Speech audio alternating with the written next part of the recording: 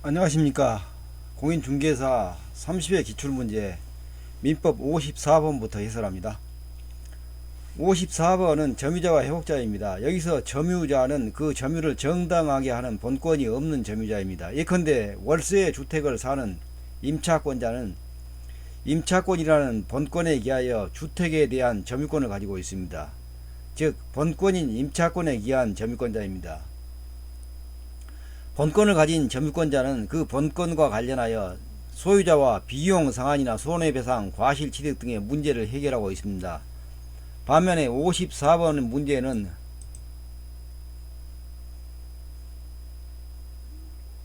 이런 본권이 없는 점유자와 소유자 간의 관계입니다.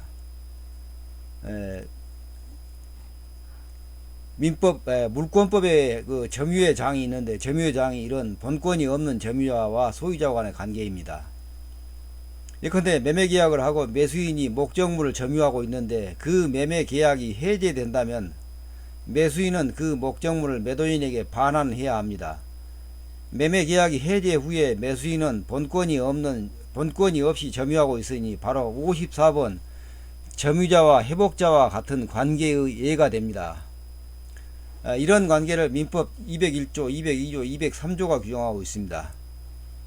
54번 1번 지문을 보면 선의 점유자는 과실을 취득할 본권이 있다고 오신하는 점유자입니다. 여기서 과실은 농산물 같은 천연 과실도 될 수 있고 임대료 같은 법정 과실도 될 수 있습니다. 통상의 필요비는 그 점유물에 대하여 지출하는 비용으로 예컨대 주택의 경우 전구를 갈아 끼우는 것을 예로 들 수 있습니다. 선의 점유자는 과실을 취득하였다면 통상의 필요비를 지출을 했더라도 필요비의 상환을 청구할 수 없습니다. 따라서 1번 지문은 틀렸습니다. 2번 지문은 이행지체로 매매계약이 해제되면 매도인과 매수인은 원상회복 의무를 부담합니다. 이때 매수인은 원상회복 의무 때문에 과실 취득권을 인정하지 않는 것이 판례입니다. 그래서 2번 지문이 틀렸습니다. 3번 지문은 악의의 점유자는 과실을 취득할 수 있는 본권이 없다는 것을 알면서 점유하는 것으로 책임 있는 사유로 점유물을 훼손한 경우 손해의 전부를 배상해야 합니다. 3번 지문은 현존이익 배상이라고 해서 틀린 지문입니다. 4번 지문은 점유자가 유익비를 지출한 경우 회복자의 선택에 쫓아 그 지출 금액이나 증가액의 상환을 청구할 수 있습니다. 지문은 점유자 선택인이 틀렸습니다. 5번 지문은 무효인 매매계약의 매수인이 점유 목적물의 필요비 등을 지출한 후 매도인이 그 목적물을 제3자에게 양도한 경우 점유자인 매수인은 양수인에게 비용 상환을 청구할 수 있습니다. 5번 지문이 맞습니다. 이 경우에 양수인에게 손해가 있다면 원인 행위에 의한 채무 불이행 책임 또는 담보 책임에 의하여 전보가 될 수가 있습니다. 다음 55번입니다.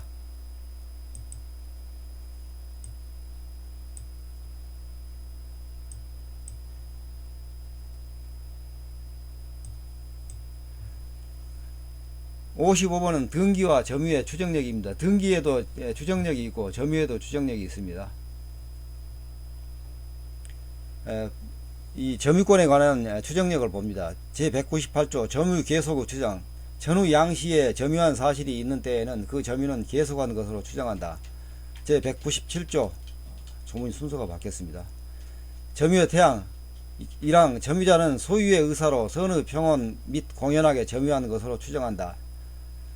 제200조 권리의 적법의 추정. 점유자가 점유물에 대하여 행사하는 권리는 적법하게 보유한 것으로 추정한다. 1항 1항이 아니고 1번입니다. 1번 지문은 등기부상 권리변동의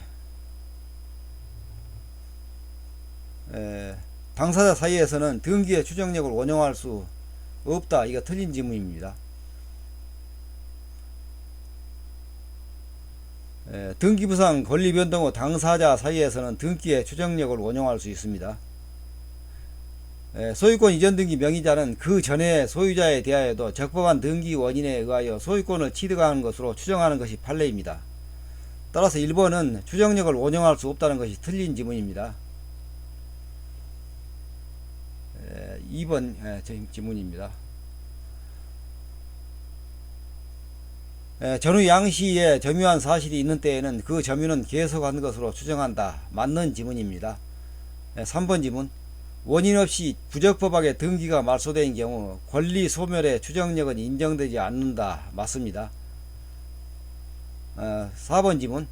점유자의 권리 추정 규정은 특별한 사정이 없는 한 부동산 물권에는 적용되지 않는다. 맞습니다. 부동산은 등기의 추정력을 인정합니다. 5번 지문. 5번은 소유권 이전 등기의 원인으로 주장된 계약서가 진정하지 않은 것으로 증명되면 등기의 추정력은 깨진다. 맞습니다. 소유권 이전 등기의 원인은 예컨대 매매를 원인으로 하면 매매가 등기의 원인입니다. 등기의 추정력이 깨질 때 추정력의 봉멸이라는 추정력 봉멸이라는 용어도 사용합니다. 봉멸은 뒤집어져서 소멸한다는 의미입니다. 다음 56번입니다.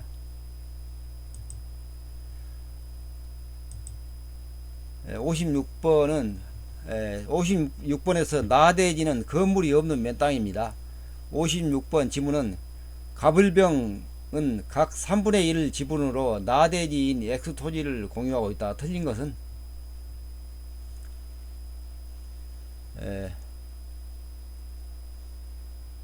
1번 지문. 갑은 단독으로 자신의 지분에 관한 제3자의 취득 시효를 중단시킬 수 없다. 틀린 지문입니다.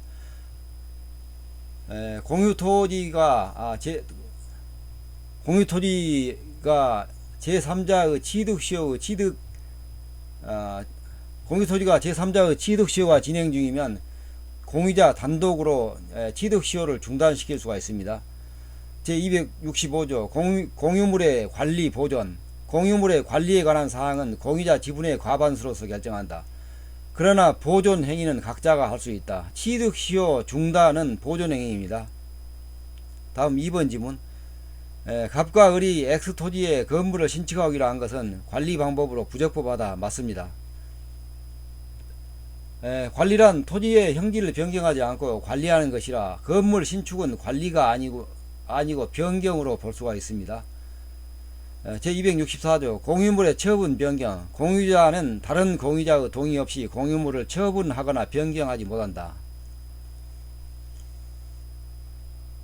따라서 갑과 을이 병을 제외하고 병의 동의를 얻지 않고 X토지에 건물을 신축하기로 한 것은 공유물의 관리 방법으로 부적법합니다. 3번 지문.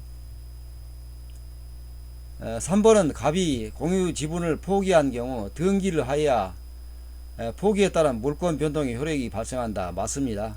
물권의 포기는 물권적 단독 행위이지만 제186조에 따라 등기하여야 포기의 효력이 발생합니다. 4번 지문은 갑은 특별한 사정이 없는 한 X토지를 배타적으로 점유하는 병에게 보존 행위로 4번 지문이 빠졌나요? 4번 지문이 아니고 5번 지문입니다. 4번 지문은 갑이 단독으로 정에게 X토지를 임대한 경우 을은 정에게 부당이득 반환을 청구할 수 있다. 맞습니다. 5번은 갑은 특별한 사정이 없는 한 X토지를 배타적으로 점유하는 병에게 보존행위로서 X토지의 인도를 청구할 수 없다. 맞습니다. 이상으로 56번까지 해설을 했습니다. 시청해 주셔서 감사합니다.